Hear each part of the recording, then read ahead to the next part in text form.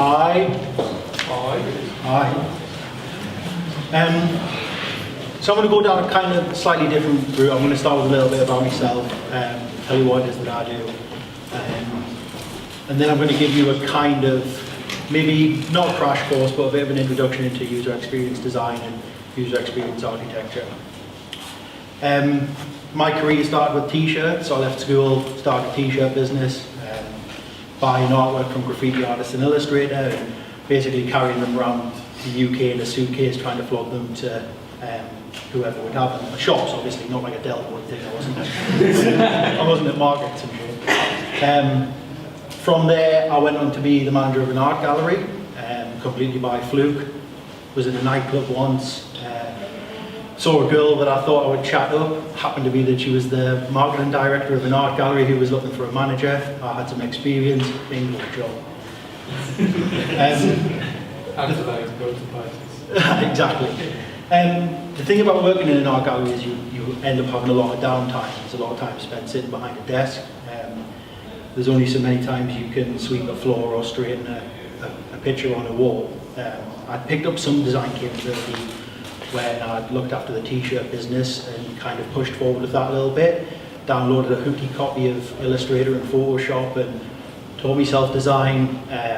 This is Newcastle 2006 and we don't really have user interface design. We're just getting over the fact that all the pits have closed down and we don't build chips anymore. So it's a bit of a strange time, and graphic design was very much print based. Obviously I spent a lot of time online and realised that this thing, user interface design, could be pretty important, and almost at that point kind of separate my career. On the one side I'm managing an art gallery, on the other side I'm being a user interface designer and kind of trying to teach that. The guy that owns the art gallery comes to us one day and asks if there's any chance we can sell art online. I said, I can't see why not, we'll see what we can do. And learned, kind of taught myself HTML and CSS from the Elliot J. Stocks book, Sexy Web Design, and built my first online store using Shopify, and began to start to sell artwork from that. It was about that time that the art industry kind of fell apart, really. People didn't want Banksies anymore, and it became kind of very sales-driven job. Wasn't really interested in it anymore. The Northeast at the time was starting to have a lot more agencies, a lot more startups, a lot more kind of technical industry that was kind of a replacement for industries that kind of died off.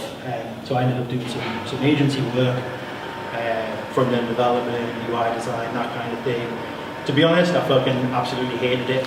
Hated the agency work, didn't find any joy in it whatsoever, but it was a really good learning ground. They kind of accepted that I was self-taught, which was really brilliant. They kind of gave us the chance to flourish and kind of build my skills as I went, which was fantastic.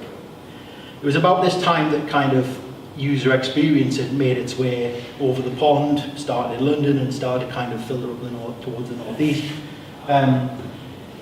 Looking back, probably my first user interface design for an actual company was probably more user experience design than it was user interface design, but we weren't calling it that at the time. It was a bit of a strange time for the industry in the Northeast, as it was just kind of starting to find itself. So I think that people with new skill sets that were a little bit different to more traditional graphic design started to really kind of, there started to become a need for that kind of thing, and people started to kind of be able to get a lot more jobs. Then we had this thing called startups. This was brilliant. Companies with kind of £2, £3, £4 million plus budgets to spend on development projects. The first startup that I worked for was a company called Amazing Tunes, which is one of the first startups in the UK to get more than £1.5 million in seed funding and VC investment. Kind of going through my career, I started to do more and more work for startups. We had something in the Northeast called the Difference Engine. We then had our version of Springboard. I don't know if anybody knows what Springboard is.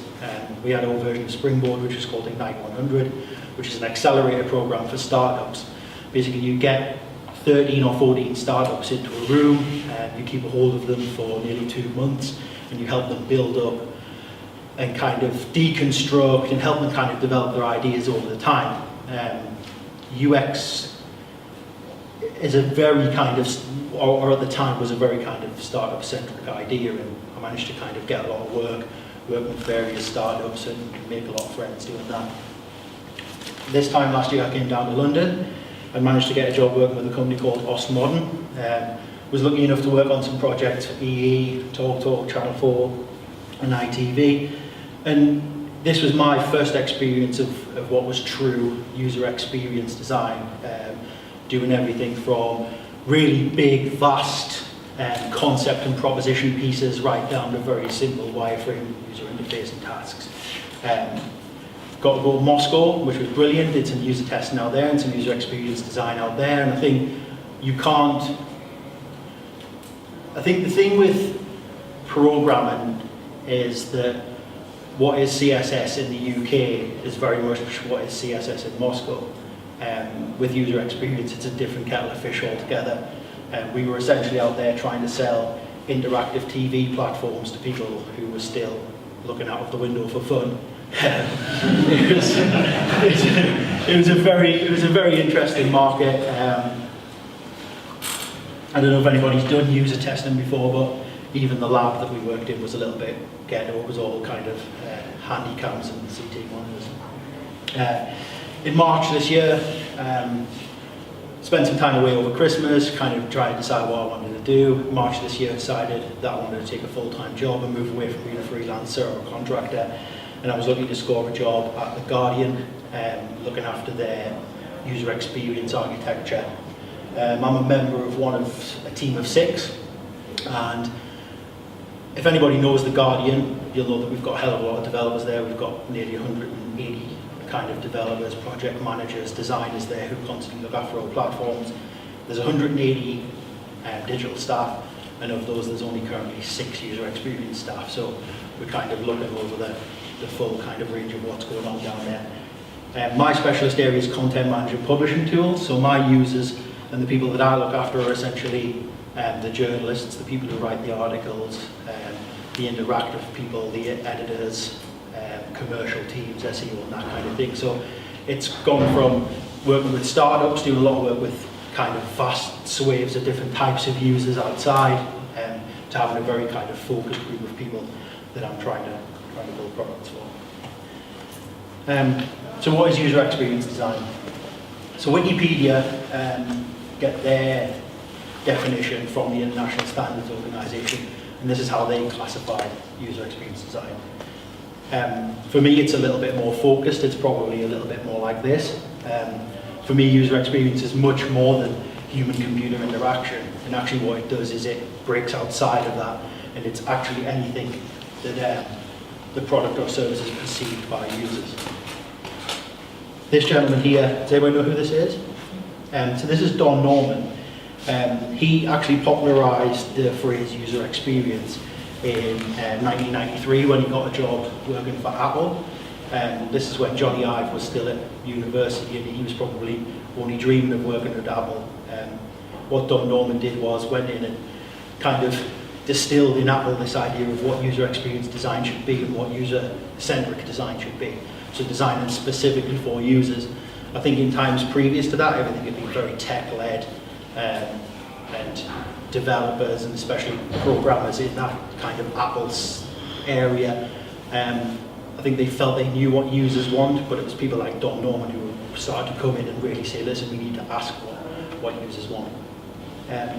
User experience design is everything from concept, so from the very early stages of an idea when you're just kind of thinking about what it is that you want to do, right the way through to execution, to the actual finishing off of that idea. But it's everything beyond that as well. So it's everything from business to people, to processes and policy. It's the things that you don't see. Any good user experience design person will understand that if you're designing an interface, you need to think about where that person's sitting, what else have they got in their bedroom, what else have they got in their sitting room where they sit with a laptop. It's much more than just interfacing with computers. And it's certainly not just interfaces. So it's not just drop downs and buttons on navigation, it's everything that comes with that. And so why does user experience matter? The fact of the matter is that your users will have an experience no matter what.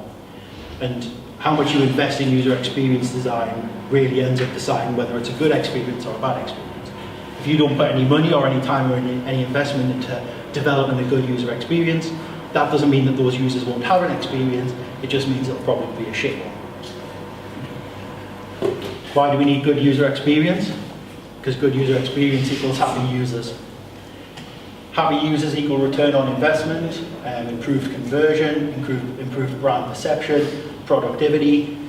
These are the kind of, and I think to a certain extent this is a little bit of the reason why in recent years user experience has become the kind of like hipster go-to term for startups and now more increasingly brands and other businesses, because they can see the benefits that it brings. It does bring return users, it does bring return on investment, it actually brings cash through the door. Good user experience brings cash through the door.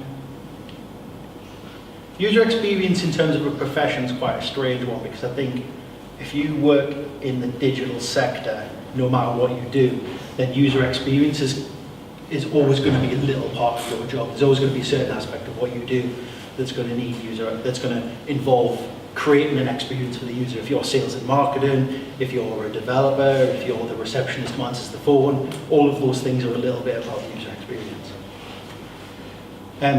A much smarter gentleman than me came up with something called the user experience T model. And what he said was that user experience could be broken down into these types of areas. This was actually originally conceived for people who wanted to hire user experience professionals. So if you wanted to hire a user experience professional, you would take each one of these things and you would give them 5 points. Then you would then mark each one of those things, how many of those points you wanted from each one of those different sectors, and that's how you would hire somebody. Originally kind of set up to take what was traditionally information architects and make them into user experience people. I think this is quite a good representation of the various elements that make up a good user experience professional. And probably one thing that's missing from that list is user research. That list was written back in 1998, and I think probably at that time user research was something that was handled by marketing and sales departments. I think since then we've kind of pulled it back into the tech departments and kind of pulled it back a little bit and started to make it part of what we do. As a user experience person, you need to be like this guy. Does everyone know who this is? What, a room full of geeks and nobody's a Marvel fan? Watcher. It's the Watcher, yeah. So I think as a user experience person, you need to be like the Watcher. You need to kind of get an overview of everything that's going on. In all honesty, my job was this. Like, my job is just to ask questions all day. I'm in quite a privileged position now because the job I do means that the users I work with are in the office with us. I sit next to them, so I can turn to them, I can ask them questions, I can kind of start to probe them. It makes for quite a good, agile user experience design philosophy or principle. It's up to us to ask the big questions. Does anybody know what this reference is? Meaning of life. Yeah, exactly. So it's up to us to ask the big questions. I think there's a little bit of an environment within user experience that means that because you feel like you're part of a smaller department of potentially a much bigger company. So I work within the user experience department, which is 6 members of the Guardian, which in total is 1,500 people. I think you sometimes feel like you can't ask those big questions, but it's our job as user experience to ask them. If you're not being given the opportunity to ask those big questions, or there isn't the opportunity to ask those big questions, then that company either isn't ready for user experience or it's not being done right within that company. I think it's also our job to ask the stupid questions as well. My philosophy is there's never a stupid question when it comes to user experience. It's often that lack of asking the big question, but rightly so, the lack of asking the little question that means the nuances of a product are missing. I think everybody likes to think they know what a user wants, but until you've asked these questions, you don't truly know.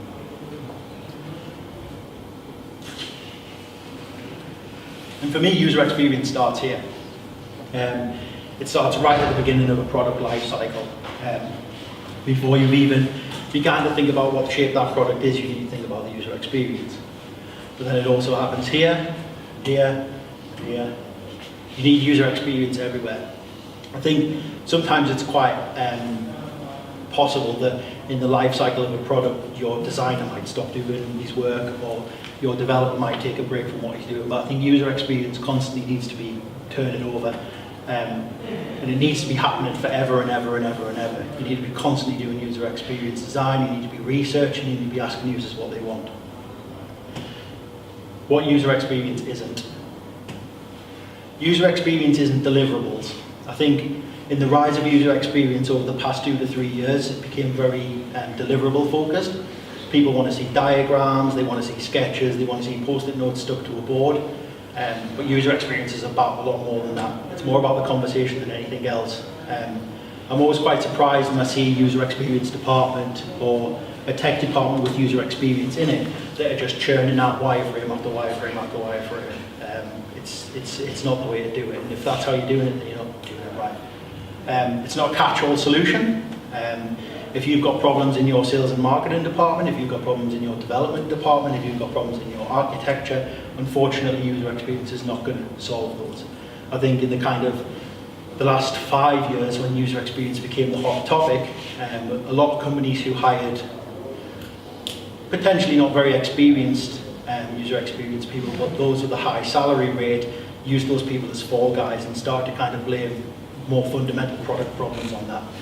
And part of that is it's not a fix for your shit product. The number of startups that I've been approached by and asked if I can somehow rescue them with user experience is mind-boggling. The number of jobs I've had to turn down because a product is so fundamentally shit. You can't fix it with user experience is astounding. User experience is not middle management. I think in organisations that I've worked in the past, there's a general consensus that somehow, because you're a user experience person, you sit above the developers, or you sit above the designers, or you somehow aren't at the coal face of that product. My general argument is, it's just because I'm not sitting at a desk all day, it doesn't mean that I'm not out there learning from users and helping build better products. To be fair, the number one people that I hear that from are developers and designers who are sitting at a desk all day and they look and I'm not at my desk and they think that I'm out at some kind of meeting or out having a coffee or something like that, and I'm probably not. I'm probably interviewing users or being shouted at by the commercial department because the product's not making money, like being one of the top 3 maybe. And it's not really easily defined anymore. I think there's a habit of really wanting to kind of label user experience people. User experience is a lot of things. It's information architecture, it's interface design. It goes across a really broad spectrum of things. And I think once you start to kind of label those people and put them in one place, I think that's when your company has problems. Thank you very much. Any questions? No questions. Brilliant. That's it.